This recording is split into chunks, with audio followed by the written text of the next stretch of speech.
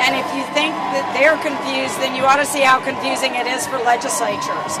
So we've said all along the court needs to clarify its precedent, and it needs to create a workable system for legislatures to be able to do their jobs and comply with the Constitution and to draw maps that can have predictability and stability for our states in their congressional representation. That's not what's been happening with the jurisprudence in this area, and so whatever they do, we hope that it will result in better clarity and better instructions for legislatures. I'm going to let my Solicitor General make a couple of comments as well about his thoughts on the argument. It's a long day. We've had collectively 4.5 hours of argument across this whole case, and we're looking to, hopefully we'll see some results sooner rather than later. Well, thank you to the Attorney General. My name is Benjamin Aguinaga. I serve as Solicitor General of Louisiana. I think what you heard and saw today in the courtroom was a bench that was fully aware of the difficulties that the states have been in under the court's voting precedents. If you know Louisiana's story, you know that for the past couple of years, we have been struggling to find a map, a congressional map that satisfies the court's precedents. It's been extremely difficult. We argued it once earlier this year. We're back here. And what I told the court at the podium is, look, at the end of the day, we really need clarity. The states need clarity on how they're supposed to comply with the Voting Rights Act and with the Equal Protection Clause. I think at the end of the day, that's what we're hoping the court will give us. And the court was extremely engaged. I mean, a 2.5-hour argument these days is almost unheard of. So we're very grateful to the court for the time that it gave us and the ability it gave us to express, our concerns with the jurisprudence and how we think we can make it better. Don't have any questions before we over the broader implications of the court's ruling in this case? Well, every time they handle a Voting Rights Act case, it has enormous implications across the country, and we're talking about congressional representation. We've been mired in litigation over our congressional maps, not just during this decade, but since the 1990s. So, we think the court needs to clarify its own rulings and make some sense of them. And what we heard today is that that's really hard, even for them. The question. I know you said race should play no part in drawing these lines, but without those considerations, Louisiana, a state where 1/3 of the population is black, only had 1 out of 6 majority-minority districts. Do you see that as fair? So we've said all along that you have to look at how the population is distributed and look at how maps can be done legally and constitutionally. And that was the basis on which we defended the first map that we drew that was part of the Robinson litigation. And so, I think that we've been over and over this argument about proportionality. Proportionality is not the test. And so, I think we are all bound by the rules that apply. And the court has made that even more difficult with confusing precedent on telling legislatures what they can and cannot do. Milligan was the most recent case, not counting the Charleston County case. The Milligan case basically said you can think about race, but you can't think about it too much. That is not a workable standard. Our legislature passed a map that had been pre-cleared twice by the Justice Department and had been largely implemented after lengthy litigation involving prior maps where we did try and draw another majority-minority map that was struck down by the courts. So, our legislature has been acting in good faith, not just this decade, but for decades past, in trying to comply both with the Voting Rights Act and with this court's jurisprudence. It is an impossible task. And so, they need to fix this. This is real, the job is clear from our standpoint that the court needs to fix this because we think the court is what's broken the process to begin with. Good? You mentioned you don't feel Milligan's a workable standard, but obviously that decision just 2 years ago. Do you see any hurdles in trying to get the justice to reconsider the decision that was so recently handed down? In my opinion, that makes it easier to fix, not less easy to fix. I hope that they will see it that way. I mean, our case has just always been, I think, a good vehicle for illustrating the problems with the court's jurisprudence in this area. Our legislature has, in good faith, tried to comply, not just this time or the last time, but for decades. And, so they are the ones that have to struggle with making sense out of some very vague terms and very vague tests that have been created that just ensure that we are going to be bogged down in litigation no matter what we do. We are damned if we do, we are damned if we don't, and that's what our case illustrates. I just want to switch gears a little bit. Has an appearance date been set for Derrick Rose? I don't think his arraignment has been scheduled yet. I'm expecting it. I'm not promising, but I'm expecting that it will likely be a remote arraignment from Angola. What about the other 10 states? They've already been arraigned. And he's been charged, and we expect there to be an upgrade in those charges, but he has been charged, he just hasn't been arraigned. He was charged in absentia.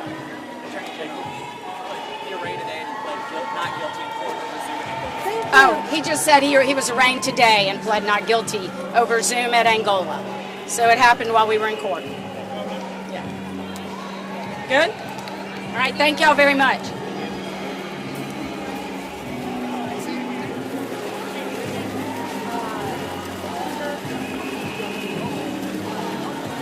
Lester.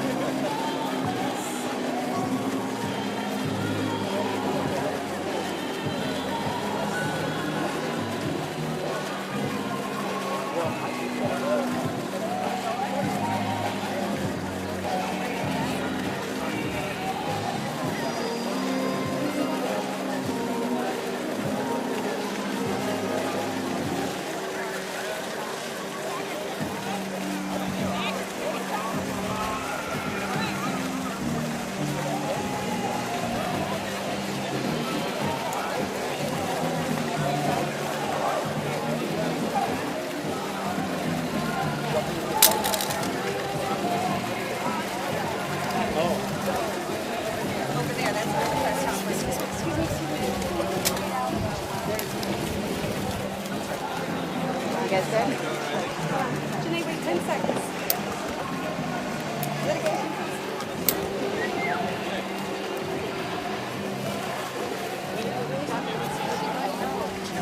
I know.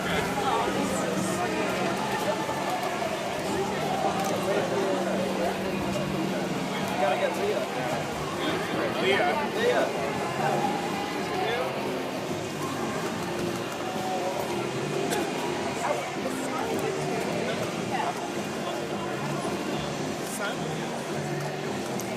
So just go? Yep. Oh.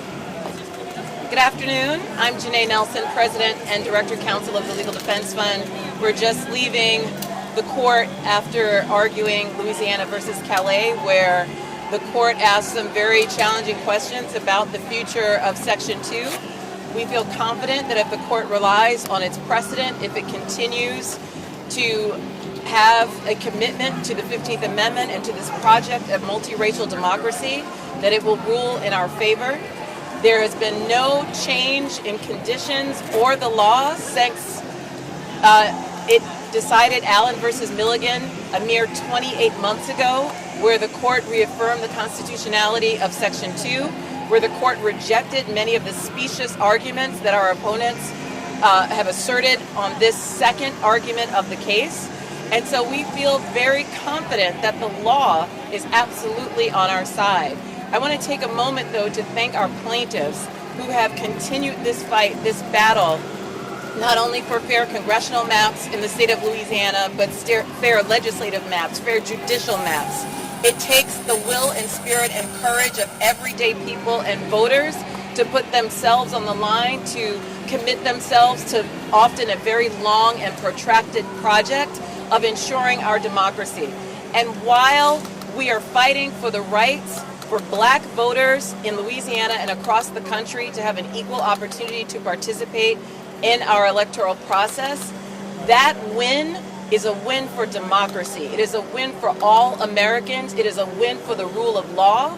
And that is why we fight, because we believe in the future of this country, and we believe that black people have a right to be part of it and to self-determine who will represent them and to be part of the future of this country.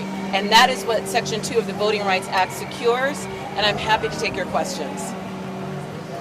Yes. What do you hope are the broader implications once the justice will be for constitution, not just If your question is the broader implications of this ruling, my hope is that this will put to bed the constant efforts to undermine Section 2 of the Voting Rights Act and the Voting Rights Act as a whole. There are constant challenges to its constitutionality. There are ways in which those states who are recalcitrant and do not want to abide by the Constitution try to litigate every factor of Section 2 and of our voting rights jurisprudence. I hope that the court writes a decision that is firm, that is airtight, and that forecloses any future challenges on those lines. Yes. You said you're confident the law is on your side. This is a conservative court that showed some skepticism to your arguments in your last term. Are you confident they're on your side in this?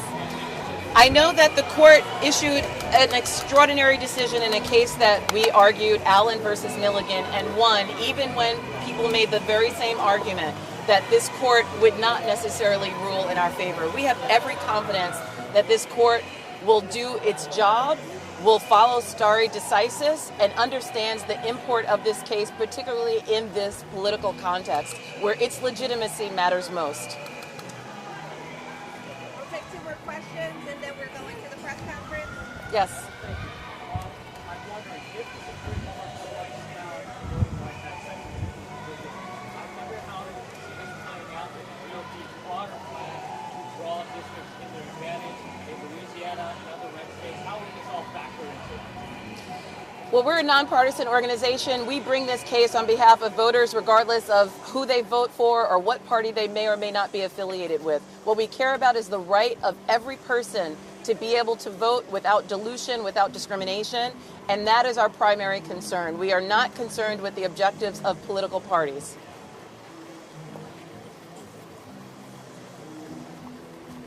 Hearing no further questions. Thank you. Thank you all.